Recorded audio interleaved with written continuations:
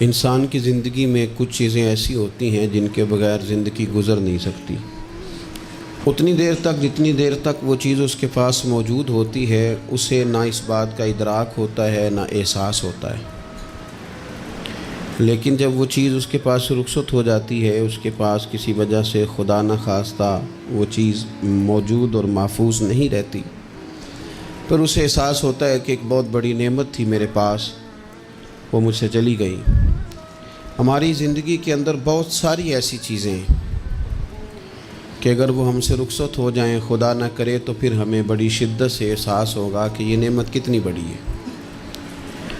آپ قوس و قزح کے رنگ دیکھتے ہیں، دھوپ اور چھاؤں میں لوگوں کے چہروں کو ملاحظہ کرتے ہیں، آپ اپنے بچوں کو محبت کی نظر سے دیکھ کر دل کو ٹھنڈا کرتے ہیں، آپ اپنے ماں باپ کو محبت کی نظر سے دیکھ کر کامل حج کا ثواب حاصل کرتے ہیں، قرآن مجید کی زیارت کر کے آپ اپنے دل میں بہت سارا سرور محسوس کرتے ہیں، لیکن یہ ساری نعمتیں اتنی دیر تک آپ کے پاس ہیں جب تک آپ کے پاس آنکھ کی نعمت موجود ہے۔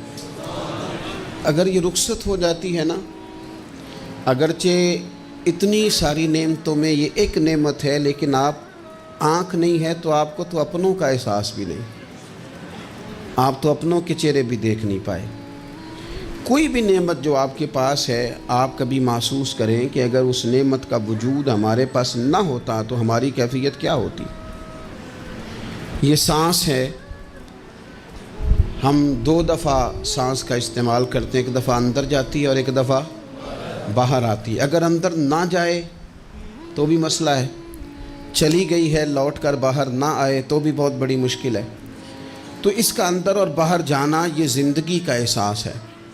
اگر کبھی سانس اکھڑنے لگے اور آپ کے سینے میں آپ کی سانس اٹکنے لگے تو ایک بہت بڑی تشویش ہے، ایک بہت بڑی آکسیجن ہے، پوری طرح سے انسان کو قید کر دیا جاتا ہے، اور وہ کہتا ہے کہ میرا تو سارا وجود سلامت ہے، ہاتھ کام کر رہے ہیں، پیر کام کر رہے ہیں، آنکھیں کام کر رہی ہیں، زبان کام کر رہی ہے، سب کچھ ٹھیک ہے، صرف سانس اکھڑ گئی ہے۔ تو انسان محسوس کرتا ہے کہ یہ ساری چیزیں سلامت ہونے کے باوجود میرے کسی کام کی نہیں۔ آپ کے پاس جتنی بھی نعمتیں ہیں ان کو اگر آپ شمار کریں تو کبھی آپ کہیں گے کہ ساری نعمتوں میں آنکھ زیادہ ضروری ہے، کبھی کہیں گے کان زیادہ ضروری ہے، کبھی کہیں گے زبان زیادہ ضروری ہے، کبھی کہیں گے دل زیادہ ضروری ہے، کبھی کہیں گے روح زیادہ ضروری ہے، لیکن میں آپ سے عرض کروں ان ساری چیزوں کے بغیر گزارا ہو سکتا ہے، رسول کائنات کی غلامی کے بغیر گزارا نہیں ہوتا۔ کیوں؟ اس لیے کہ اگر حضور کی شفقت نہ ہو، نبی پاک علیہ السلام کی رحمت نہ ہو، وہ ابن القیم نے ایک جگہ پہ کہا تھا کہ یہ حضور نے ہمیں انسان بنایا ہے، یہ نبی پاک علیہ السلام نے انسانیت کے اسباق پڑھائے ہیں، اخلاقی رویے کیا ہوتے ہیں حضور نے بتلائے ہیں، اگر حضور کا کرم نہ ہوتا تو انسان ایک دوسرے کو کاٹ کے کھاتا۔ یہ حضور نے بتلایا ہے کہ تم نے کس طرح زندگی کو گزارنا ہے۔ محبوب کریم علیہ السلام کا وجود نور ایک ایسی چیز ہے کہ اگر وہ کائنات سے معاذ اللہ سائیڈ پہ کر دیا جائے تو اس کائنات کا قائم رہنا کسی صورت بھی ممکن ہے ہی نہیں۔ اسی لیے تو اقبال نے کہا تھا کہ ہو نہ یہ پھول تو بلبل کا ترنم بھی نہ ہو، چمن دہر میں کلیوں کا تبسم بھی نہ ہو نہ یہ ساقی تو پھر میں بھی نہ ہو، خم بھی نہ ہو، اور بزم توحید بھی دنیا میں نہ ہو، تم بھی نہ ہو۔ وہ بڑی بات کہہ گئے ہیں، میں نے بھی اس کو کوئی نہیں کھولنا، کہتے ہیں بزم توحید بھی دنیا میں نہ ہو، تم بھی نہ ہو، خیمہ افلاق کا استادہ اسی نام سے ہے، اور نبض ہستی تپش آمادہ اسی نام سے ہے۔ تو اقبال پھر ہمیں کرنا کیا ہے؟ کہنے لگے کرنا آپ کو یہ ہے کہ قوت عشق سے ہر پست کو بالا کر دے اور دہر میں اسم محمد سے اجالا کر دے، یہ کرنے کا کام ہے۔ اس رستے پہ آپ چل پڑیں میرے بھائی۔ پہلی امتوں کے آپ تذکرے پڑھ لیں، کتابوں میں موجود ہیں، سورہ اعراف کو دیکھ لیں، اس میں بہت ساری چیزوں کا تذکرہ کر دیا گیا ہے، اور بھی قرآن مجید کی بے شمار صورتیں ہیں، آپ ان کو دیکھ لیں، اس پر غور کر لیں۔ جب قومیں نہیں مانتی تھی، انکار کرتی تھیں، تو اللہ تبارک و تعالیٰ انہیں تباہ کر دیتا تھا۔ بات نہیں مانی، ختم ہو گئی۔ ایک مقصد ہے نا جس کے لیے کسی چیز کو بنایا گیا ہے، تو مقصد تخلیق انسانیت کیا ہے کہ وما خلقت الجن والانس الا لیعبدون، جنوں اور انسانوں کو اللہ نے اپنی عبادت کے لیے پیدا کیا، اور ان کو جب عبادت کی دعوت دی گئی، جب انہیں پیغام دیا گیا اللہ تعالیٰ کی توحید کا، انہوں نے نہیں مانا، تو جس مقصد کے لیے بنایا تھا جب اس طرف ہی نہیں آئے۔ یہ پنکھا لگایا جاتا نا ہوا کے لیے، تو اگر پنکھا ہوا نہ دے تو اس کا کوئی چھت پہ کام ہے؟ اس کو اتار کے تو آپ سکریب والے کے پاس بھیج دیں گے، بھی ختم ہو گئی بات۔ تو مقصد جو تھا نا اللہ کی عبادت تھی، تو جب قومیں اللہ کی عبادت کی طرف نہیں آئیں تو اللہ نے انہیں تباہ کر دیا اور صفحہ ہستی سے مٹا دیا۔ اللہ تعالیٰ کے پیارے محبوب علیہ السلام نے کفار مکہ کو، قریش کو، عالم عرب کو، عالم انسانیت کو دعوت دی، وداعیاً الی اللہ باذنہ وسراجا منیرا۔ اس منصب پر فائز ہو کر حضور نے دعوت دی۔ جب انہوں نے دعوت کا انکار کیا، حضور نے انہیں عذاب سے ڈرایا، اللہ کے عذاب سے، چونکہ حضور نذیر ہیں۔ انہوں نے یہ کہا کہ اگر آپ کہتے ہیں نا کہ ہم پر عذاب آئے گا تو پھر آپ وہ عذاب لے آئیں، ہم پہ آئے۔ جب کوئی آدمی منہ سے تباہی مانگے، جب کوئی شخص اپنے منہ سے یہ کہے کہ کر لیں جو ہوتا ہے معاذ اللہ، تو اگر تو سامنے والا کمزور ہو تو شاید وہ کچھ نہ کر سکے، لیکن یاد رکھنا کئی دفعہ کمزور ہوتا ہے تو کچھ نہیں کرتا، تو کئی دفعہ مہربان بڑا ہوتا ہے، رحمان اور رحیم کئی دفعہ کرم نوازی کرتا ہے۔ جب انہوں نے کہا نا کہ لائیں وہ عذاب ہے محبوب جس کا آپ وعدہ کرتے ہیں، تو اللہ نے کیا فرمایا؟ فرمایا وما کان اللہ لیعذبہم وانت فیہم۔ محبوب رب کی یہ شان ہی نہیں کہ انہیں عذاب دے، کیوں؟ اس لیے کہ آپ ان کے درمیان موجود ہیں۔ اے محبوب علیہ الصلاۃ والسلام، اللہ کی یہ شان نہیں کہ انہیں عذاب دے اس حال میں کہ آپ ان کے درمیان موجود ہیں۔ آپ میری بات کو سمجھیں گے، غور کریں گے کہ کافروں کے درمیان اگر حضور موجود ہوں تو عذاب نہیں آتا، تو قیامت میں جب حضور مومنوں کے بیچ موجود ہوں گے، مجھے کہہ لینے دو نا کہ اساں جے ہاں گناہیاں دا جدوں اعمال نامہ پھرول ہوئے، پھر ذرے ذرے نے سامنے آ جانا ہے، جو جو منہ تھی بولیا بول ہوئے، اساں بھی کول حضور دے بیٹھ رہنا ہے، لکھ عمل ترکڑی تول ہوئے، او دے کولوں بھی رب نے حساب لینا ہے جیڑا بیٹھا ہی محمد دے کول ہو صلی اللہ تعالی علیہ وسلم، او دے کولوں بھی رب نے حساب لینا ہے جیڑا بیٹھا ہی محمد دے کول ہوئے، جس کو کہتے ہیں قیامت حشر، جس کا نام ہے، جس کو کہتے ہیں قیامت حشر، جس کا نام ہے۔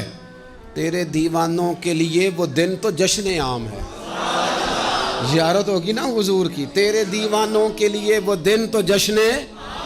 اور ایک شاعر نے اور بات کھول دی، کہنے لگا ہر نظر کانپ اٹھے گی محشر کے دن، خوف سے ہر کلیجہ دہل جائے گا۔ اچھا جی پھر کیا ہوگا؟ ہر نظر کانپ اٹھے گی محشر کے دن، آنکھیں پھڑ پھڑائیں گی، کانپیں گی اور کلیجے پھٹیں گے۔ منظر ہی ایسا ہوگا، انسان اپنے پسینے میں ڈبکیاں کھا رہا ہے، حساب کا وقت آ گیا ہے اور سورج سوا نیزے پہ ہے، زمین دہک رہی ہے، تو کہنے لگے ہر نظر کانپ اٹھے گی محشر کے دن، خوف سے ہر کلیجہ دہل جائے گا، پھر اوڑھ کر کالی کملی وہ آ جائیں گے، پھر اوڑھ کر کالی کملی وہ آ جائیں گے، پھر اوڑھ کر کالی کملی وہ آ جائیں گے، ہر نظر کانپ اٹھے گی محشر کے دن، خوف سے ہر کلیجہ دہل جائے گا، پھر اوڑھ کر کالی کملی وہ آ جائیں گے، سارے محشر کا نقشہ بدل جائے گا۔ میرے عزیز، حضور کے بغیر گزارا، نبی کریم کے بغیر کوئی چارہ، ہمارا کوئی سہارا ہی نہیں حضور کے بغیر، ہم کدھر جائیں سوائے محبوب کے۔ اس لیے نا صحابہ اس بات پر مطلع ہو گئے تھے، وہ نا بڑی بڑی دھیمی دھیمی باتیں پوچھتے رہتے تھے، اطلاع مل گئی تھی نا کہ اصل کرنا کیا ہے۔ تو جو رازدار لوگ ہوتے ہیں نا وہ پھر دھیمے دھیمے راز کی باتیں کرتے ہیں، حضرت انس بن مالک حضور کے خادم تھے، اماں نے دے دیا تھا حضور کی بارگاہ میں، کہتے ہیں میں 10 سال مدینے میں حضور کی نوکری کرتا رہا، تو قریب سے دیکھا تھا نا سارا کچھ، بہت ساری احادیث ان سے مروی ہیں، بڑی چیزوں کو دیکھا تھا، تو ہم سیانے ہو گئے، باتیں سمجھ گئے، قریب رہنے والے لوگ تو قربان پچھانن والے ہیں، تو گل جان گئے گل کھول دے نہیں، تو قریب پہنچ گئے تھے نا، تو سمجھ آ گئی تھی بات کی۔ تو ترمذی میں موجود ہے، ایک دن حضور سے پوچھتے ہیں یا رسول اللہ قیامت والے دن آپ کو کہاں تلاش کروں؟ یعنی حضور علیہ السلام سے پوچھتے ہیں حضور میں نا قیامت والے دن، بھئی بات تو یہ نا کہ اعمال ٹھیک کیے جائیں، معاملات پر توجہ دی جائے، عبادات کا خیال کیا جائے، جو ہمارے ذمہ ڈیوٹیاں ہیں وہ پوری کی جائیں، تو وہ کہتے ہیں حضور وہ قیامت والے دن کہاں تلاش کروں؟ تو حضور نے بھی نہیں فرمایا کہ تو اعمال ٹھیک کر، مجھے ڈھونڈنے کی کیا ضرورت ہے، کہاں ڈھونڈوں؟ تو حضور فرمانے لگے مسکرا کے فرمانے لگے، چونکہ قربان پچھانن والے ہیں، تو اے گل جان گئے گل کھول دے نہیں۔ حضور علیہ السلام سے کہا یا رسول اللہ میں نا قیامت والے دن کہاں تلاش کروں؟ تو حضور فرمانے لگے حوض کوثر پہ۔ یا رسول اللہ وہاں کیا ہوگا؟ تو فرمایا امت پیاسی آئے گی تو میں جام بھر بھر کے پلاؤں گا، میں جام بھر بھر کے پلاؤں گا، ایسا کہ تیری خیر تیرے میں کدے کی خیر، ایسی پلا کہ جس کا نشہ عمر بھر رہے۔ اور ایک نے کہا تھا کہ طیبہ سے منگائی جاتی ہے، سینوں میں رچائی جاتی ہے، توحید کی میں پیالوں سے نہیں نظروں سے پلائی جاتی ہے۔ حضور صلی اللہ علیہ وسلم نے فرمایا حوض کوثر پہ بھی جام پلائیں گے؟ سیانے بڑے تھے حضرت انس، اور بھلا ہمارا کر رہے تھے۔ یہ حضور سے پوچھ کے نا تو ہمیں ایڈریس بتا رہے ہیں، کیونکہ حدیث روایت کر دی نا تو ہمیں ایڈریس سمجھا دیے، پتے بتا دیے کہاں پہنچنا ہے، ساری جگہ سمجھا دی۔ چلیں جدید دور آ گیا ہے، انہوں نے لوکیشن بتا دی کہاں کر کے نا کس جگہ جا کے سٹاپ کرنا ہے کام۔ یا رسول اللہ وہاں ملاقات نہ ہوئی تو حضور نے فرمایا پھر پل صراط پہ آنا۔ یا رسول اللہ وہاں کیا ہوگا؟ فرمایا امت گزر رہی ہوگی اور میں دعائیں مانگ رہا ہوں گا، رب سلم امتی رب سلم امتی، یا اللہ میری امت کو سلامتی سے گزار دے، تو وہاں آ جانا، میں دعائیں وہاں مل جاؤں گا، قربان جائیں۔ فاضل بریلوی بول پڑے، کہنے لگے خدا کی رضا چاہتے ہیں دو عالم، خدا چاہتا ہے رضائے محمد، اجابت کا جوڑا عنایت کا سہرا، دلہن بن کے نکلی دعائے محمد، اجابت نے جھک کر گلے سے لگایا بڑی ناز سے جب دعائے محمد، رضا اب پل سے وجد کرتے گزریے کہ ہے رب سلم دعائے محمد صلی اللہ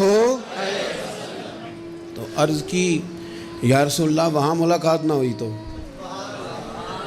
میں نے کہا وہ ہمیں لوکیشن سمجھا رہے تھے، انہیں تو پتا تھا پہلے ہی، ایک قربان پچھانن والے ہیں، تو ایک گل جان گئے گل کھول دے نہیں، تو وہاں نہ ملاقات ہوئی تو حضور نے فرمایا پھر میزان عمل پہ آنا۔ یا رسول اللہ وہاں کیا ہوگا؟ فرمایا امت کے عمل تول رہے ہوں گے اور میں ان کے لیے دعائیں کر رہا ہوں گا۔ میں نہیں جا سکا کبھی بچوں کے ساتھ پیپر دلوانے، استاد کو اجازت نہیں دیتے، کہتے ایک ایگزامینر اور آئے گا کوئی، جس نے پڑھایا ہو اسے اجازت نہیں کہ تو جا۔ ابا جی کو اجازت نہیں ہوتی کہ وہ ایگزامینیشن ہال میں جائے، وہاں تو کوئی اور لوگ آتے ہیں۔ یہ بھی عجیب سبق ہے نا کائنات کا کہ سارے تعلیم و تربیت کے اسباق بھی حضور پڑھائیں، رنگ بھی سارا حضور ہی بتائیں، اور قبر کے سوالات بھی سارے ہمیں حضور بتا دیں، اور جب پیپر ہونے لگے تو سرانے بھی کھڑے ہو جائیں، تو پھر کہہ لینا ایک دفعہ پھر کہ وہ دے کولوں کی رب نے حساب لینا، جیڑا بیٹھا ہی محمد دے کولوں، وہ دے کولوں کی رب نے حساب لینا۔ میرے عزیز ہمارا گزارا نہیں حضور کے بغیر۔ لوگ اصل میں نا ہمارا مسئلہ نہیں سمجھتے، ہمارا مسئلہ کچھ اور ہے۔ لوگ ہمیں نا بلا وجہ پریشان کرتے ہیں، کبھی جھنڈے سے، کبھی ڈنڈے سے، کبھی جھنڈی سے، کبھی کسی شے سے، کبھی کسی شے سے، کبھی کہتے ہیں وہ نعت اونچی پڑھ لی، کبھی کہتے ہیں سلام اونچا پڑھ لیا، کبھی کہتے ہیں وہ جھنڈیاں لگا دیں۔ میں نے کہا آپ کی بات بھی ٹھیک ہے پر ہمارا مسئلہ تو سمجھو نا، ہمارا گزارا نہیں نا بھائی۔ جو کسے دا عاشق ہوئے او گالو سے دی 100 مکر بہانے کر کے میں پوچھے میاں صاحب نو مزار تے جا کے کہ مکر کرنے ٹھیک نے؟ تساں کہنا مکر کردا ہے تے حضور ٹھیک نے؟ تے مینوں لگدا ہے کہ پولا جان دے سے پے کہ سونا راضی کرنا ہوئے تے موڑ ٹھیک نے۔ حضور نے ایک دن کہا تھا، حضرت ابو سعید خدری نے کہا یا رسول اللہ آپ قرآن پاک کی تلاوت کر رہے تھے، قرآن پاک بڑا سونا پڑھتے تھے نا، تو نبی کریم نے سن لیا، اب کیا کریں دلیل دیں گے تو بات مضبوط ہو جائے گی۔ حضور نے سن لیا تو بعد میں فرمایا ابو سعید تو بڑا سونا قرآن پڑھتا ہے، رب کے علاوہ کسی کو دکھا کے عبادت کرنی جائز ہے؟ حضرت ابو سعید خدری کہنے لگے سن رہے ہیں، مجھے پتہ نہیں تھا آپ سن رہے ہیں، ورنہ میں نے تو اور بنا کے پڑھنا تھا۔ اب تو مان جاؤ نا، جو کسے دا عاشق ہوئے گل اسے دی کرد ہے، 100 مکر بہانے کر کے 100 مکر بہانے کر کے او دے ہی مرنے مرد ہے۔ میرے عزیز ہماری مجبوری ہے، لوگ اس بات کو سمجھتے نہیں، ہماری مجبوری ہے، حضور کا میلاد ضروری ہے، لوگ سمجھتے نہیں بات کو، اس لیے بلا وجہ رٹا ڈال کے بیٹھتے ہیں۔ بھئی ہم نے تو کوئی رٹا ڈالنا نہیں، نہ سیاست کا، نہ دولت کا، نہ اقتدار کا، نہ کسی اور چیز کا۔ سیاست دے جھگڑے اساں چھوڑ دیتے، تے محبت دا جھگڑا ہے، یہ چھڑا کوئی نہیں سکتا۔ تو میرے عزیز ہمارا حضور کے بغیر گزارا، اور نبی پاک علیہ السلام کے بارے میں رب فرماتا ہے وَلَسَوْفَ يُعْطِيكَ رَبُّكَ فَتَرْضَىٰ، محبوب میں آپ کو اتنا دوں گا کہ آپ اپنے رب سے راضی ہو جائیں گے۔ کیا کروں میں؟ اب یہ آیت اتنی شاندار ہے۔ حضرت امام زین العابدین رضی اللہ تعالیٰ عنہ سے کسی بندے نے کہا قرآن پاک میں سب سے زیادہ امید والی آیت کون سی ہے؟ اس کا خیال تھا لا تقنطوا من رحمت اللہ کہیں گے، اللہ کی رحمت سے نا امید نہ ہونا۔ اس نے کہا حضور سب سے امید والی آیت بتائیں، وہ کہتا میرے ذہن میں تھا کہ یہ والی آیت پڑھیں گے، تو امام زین العابدین رضی اللہ تعالیٰ عنہ فرمانے لگے سب سے امید والی آیت ہے وَلَسَوْفَ يُعْطِيكَ رَبُّكَ فَتَرْضَىٰ، رب کہتا ہے محبوب اتنا دوں گا کہ آپ اپنے رب سے راضی ہو جائیں گے۔ آیت نازل ہو گئی تو حضور پتہ کیا فرماتے ہیں صحابہ سے؟ فرماتے ہیں رب کہتا ہے حبیب تجھے راضی کرنا ہے، اور جب تک میرے سارے غلام جنت میں گئے نہ میں نے اللہ سے راضی ہونا ہی نہیں، میں نہیں راضی ہوتا اللہ سے، سارے جائیں گے تو تب تو میں تو کہتا ہی رہوں گا نا قربان پچھانن والے آتا، او گل جان گئے پر گل کھول دے، او گل کھول دے نہیں، پتہ چل گیا بات کا۔ حضور کے بغیر گزارا، حضور کے بغیر کوئی چارہ ہی نہیں۔ اور خود حضور کیا فرماتے ہیں؟ یہ سنن ابن ماجہ ہے، میرے رسول پاک صلی اللہ تعالیٰ علیہ وسلم ارشاد فرماتے ہیں، حدیث کے راوی حضرت ابو موسیٰ اشعری رضی اللہ تعالیٰ عنہ، حضور فرماتے ہیں کہ اللہ نے مجھے اختیار دیا۔ یا رسول اللہ کس بات کا؟ فرمایا رب نے اختیار دیا میں چاہوں تو آدھی امت بغیر حساب کے جنت چلی جائے، اور میں چاہوں تو اللہ سے اختیار لے لوں کہ یا اللہ مجھے شفاعت کا حق دے، میں سفارش کرتا جاؤں اور تو انہیں معافی دیتا جائے، یہ مجھے اختیار دیا اللہ تعالیٰ نے۔ تو حضور کیا فرماتے ہیں؟ فرماتے ہیں وہ آدھی امت والا سودا نہیں میں نے قبول کیا، میں نے نہ شفاعت لی ہے کیونکہ یہ عام تر ہے اور یہ کفایت کرنے والی ہے، یہ عام بھی ہے اور کفایت کرنے والی بھی ہے۔ اور حضور نے یہ لفظ کہے، یہ سنن ابن ماجہ کتاب الزہد دیکھیے گا، اس میں روایت مل جائے گی۔ حضور فرماتے ہیں یاد رکھو تمہارا کیا خیال ہے کہ میری یہ شفاعت پرہیزگاروں کے لیے؟ خود جملہ استفہامیہ سے بات کرتے ہیں، تمہارا کیا خیال ہے کہ میری یہ شفاعت جو قیامت میں سفارش کروں گا تو پرہیزگاروں کی کروں گا؟ حضور فرماتے ہیں نہیں، میں قیامت میں گناہگاروں کی سفارش کروں گا، میں گناہگاروں کی سفارش کروں گا، گناہگاروں کے لیے عرض کروں گا اللہ کی بارگاہ میں۔ کچھ دن پہلے میں کہیں پڑھ رہا تھا کسی کا مضمون، اس نے تشبیہ کس طرح کی دی ہے مجھے پتہ نہیں، لیکن لکھ دی بات، کہنے لگے ایک وکیل ہوتا ہے ایک شفیع ہوتا ہے، ایک وکیل ہوتا ہے ایک، حضور وکیل نہیں ہمارے، حضور ہمارے شفیع ہیں، شفاعت کرنے والے ہیں۔ وکیل یہ کہتا ہے جج صاحب سے کہ یہ جس کا میں وکیل ہوں نا اس نے نا غلطی کوئی نہیں کی، اسے معاف کر دیں۔ وکیل یوں بحث کرتا ہے، کہتا ہے اس نے کیا ہی نہیں، جرم معاف کریں۔ اور جو شفیع ہوتا ہے نا وہ کہتا ہے مالک اس نے سارے کیے، تو میرے آنے کی لاج رکھ اور اسے معاف کر دے۔ یہ وکیل اور شفیع کا یہ فرق ہوتا ہے کہ شفیع کہتا ہے سونے سارے کیے ہیں، بڑے بڑے پاپ کیے ہیں، پر میں جو آ گیا ہوں تو مہربانی کرنا معافی دے دے۔ میرے عزیز، حضور کے بغیر کہیں بھی گزارا نہیں ہے۔ ہم نے نا جب یہ بات سمجھ لی، اور پتہ ہے نبی کریم صلی اللہ علیہ وسلم نے آگے بڑھ کے خود بھی کئی مقامات پر اس بات کو کھول کر مختلف انداز میں بیان کیا۔ حضرت عبداللہ ابن عباس رضی اللہ تعالیٰ عنہ کی روایت آپ دیکھ لیں، یہ آپ کو مستدرک میں ملے گی۔ حضور صلی اللہ علیہ وسلم فرماتے ہیں قیامت کے دن اللہ تعالیٰ انبیاء کے لیے نور کے ممبر بچھائے گا، ہر نبی ممبر پہ بیٹھ جائے گا، ہر پیغمبر علیہ السلام اپنے ممبر پہ جلوہ فروز ہو جائیں گے، ہر پیغمبر۔ لیکن حضور فرماتے ہیں میرا ممبر خالی ہوگا۔ یا رسول اللہ صلی اللہ تعالیٰ علیہ وسلم آپ کا ممبر کیوں خالی ہوگا؟ حضور فرماتے ہیں میں ممبر چھوڑ کے رب کی بارگاہ میں کھڑا ہو جاؤں گا، اور اس ڈر سے کھڑا ہو جاؤں گا کہیں ایسا نہ ہو کہ میں جنت میں چلا جاؤں اور میری امت رہ جائے۔ میں اپنی امت کی سفارش کروں گا، رب میری امت کی سفارش قبول کرے گا۔ فرماتے ہیں میں اتنی سفارش کروں گا، اتنی سفارش کروں گا کہ جہنم کا دروغہ مجھ سے کہے گا کہ محبوب کمال ہو گئی، آپ نے تو اپنا کوئی غلام دوزخ میں رہنے نہیں دیا، سارے آپ نے نکال دیے۔ کسی شاعر نے بڑی خوب بات کی تھی، اس نے کہا تھا کہ یاد رکھو قیامت کا جو دن ہے نا، یہ قیامت کا دن دراصل ہمارا وقت ہوگا خاص، جب ہم نبی پاک صلی اللہ علیہ وسلم کی بارگاہ میں جائیں گے تو ہمیں سمجھ آ جائے گی کہ دنیا میں ہم نے کئی دوستیاں لگائی تھیں پر جھوٹی لگا بیٹھے، ایک دوستی سچی ہے جو مدینے والے کی ہے۔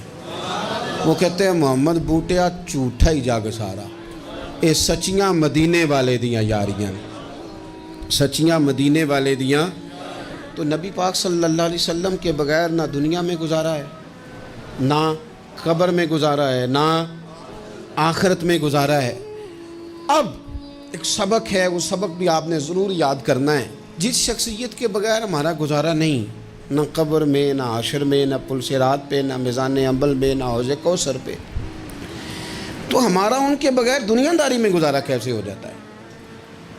ہمارا تجارت بھی حضور سے سیکھیں، گھرداری بھی حضور سے سیکھیں، شادی بیاہ کے طریقے بھی حضور سے سیکھیں۔ جب گزارا نہیں حضور کے بغیر تو پھر زندگی کے سارے سلیقے حضور سے سیکھیں۔ پھر ادھر ادھر جانے کی ضرورت ہے، حضور کی سیرت کو پڑھیں، سوانے کو پڑھیں، حیات مبارکہ کا مطالعہ کریں۔ یہ جو ہم میلاد کا جلوس لے کے نکلتے ہیں نا، جب ہم نے نا بہت ساری چیزوں کو سطحی سا سمجھ لیتے ہیں معاذ اللہ بعض اوقات۔ یہ جب ہم میدان میں نکلتے ہیں نا، میلاد کے جلوس میں حضور کے نام کا نعرہ لگاتے ہیں، تو ہم نہ للکارتے ہیں اس نظام کو جو نظام حضور سے پہلے تھا۔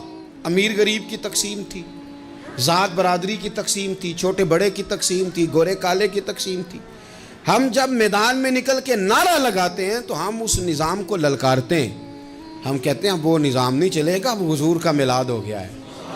اب نظام وہ ہے کہ جس پلیٹ میں ابو بکر صدیق کھانا کھائیں گے اسی میں بلال حبشی بھی کھائیں گے۔ اب نظام وہ ہے کہ اگر غریب آدمی جرم کرے گا تو سزا ملے گی، تو اگر گورنر کا بیٹا جرم کرے گا تو سزا اسے بھی ملے گی۔ اب حضور کا نظام آ گیا، ہم اس نظام کی طرف بڑھتے ہیں۔ اپنے آپ کو حضور کے قدموں کی طرف مائل کریں۔ میلاد صرف 1 سے 12 ربیع الاول تک نہیں، میلاد سارا سال ہے، ذکر میلاد سارا سال ہے، میلاد کی محافل سارا، اور میلاد صرف مسجد میں نہیں، گھر میں بھی ذکر میلاد، دکان میں بھی ذکر میلاد۔ ذکر میلاد سے مراد حضور کی تعریفیں، نبی پاک کی شانیں، حضور کی باتیں، آ میرے دل آمنہ کے لال کی باتیں کریں، چہرہ والشمس کے اجلال کی باتیں کریں، اپنی طبیعتیں حضور کے ساتھ لگائیں، اپنے آپ کو حضور کے قدموں سے وابستہ کریں اور عشق کریں نبی پاک سے۔